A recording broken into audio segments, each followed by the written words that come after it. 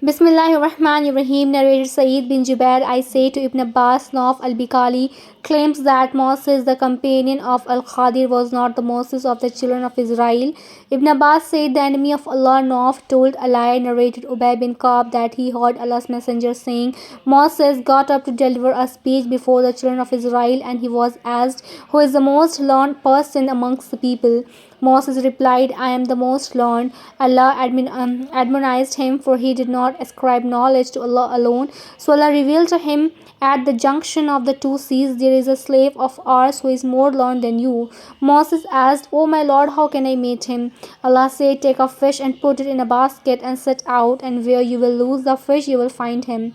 So Moses took a fish and put it in a basket and set out, along with his boy servant Yusha bin Nun, till they reached a rock on which they both laid their heads and slept. The fish moved vigorously in the basket and got out of it and fell into the sea, and there it took its way through the sea straight as in a tunnel.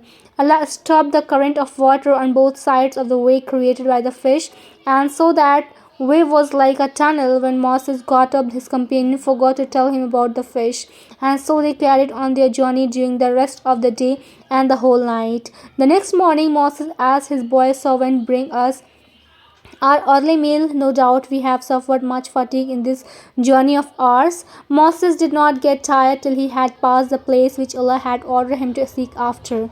His boy servant then said to him, do you remember when we betook ourselves to the rock? I indeed forgot the fish. None but Satan made me forget to remember it. It took its course into the sea in a marvelous way. There was a tunnel for the fish and for Moses and his boy servant. There was astonishment. Moses said, that is what we have been seeking. So they went back, retracing their footsteps. They both returned, retracing their steps till they reached the rock. Behold, there they found a man covered with a garment. Moses greeted him. Al-Khadir said, astonishingly, is there such a greeting in your land? Moses said, I am Moses. He said, are you the Moses of the children of Israel? Moses said, I have come to you so that you may teach me of what you have been taught. Al-Khadir said, you will not be able to have patience with me, O Moses. I have some of Allah's knowledge which he has bestowed upon me, but you do not know it, and you too have some of Allah's knowledge which he has bestowed upon you, but I do not know it.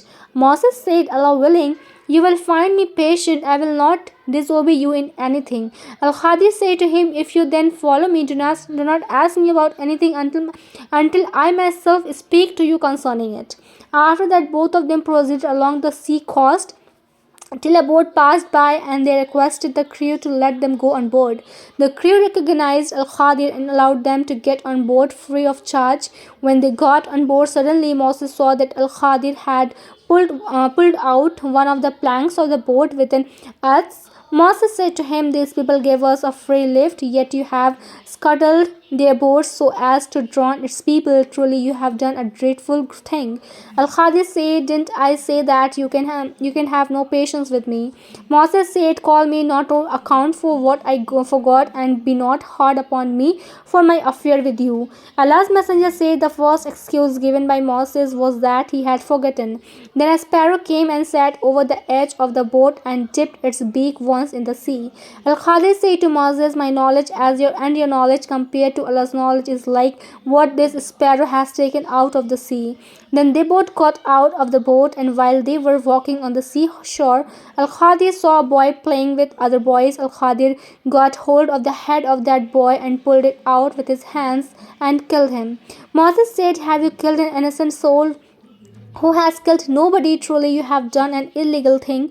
He said, didn't I tell you that you can have no patience with me?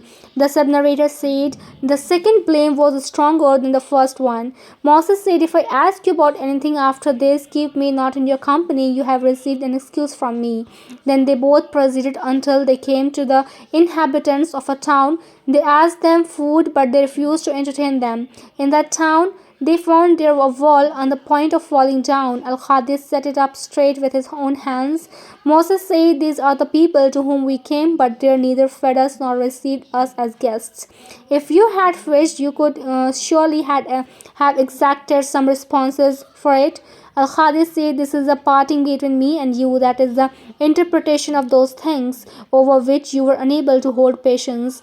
Allah's Messenger said, "We wish that Moses could have been more patient so that Allah might have described to us more about their story." Say Bukhari, Hadith number 4725.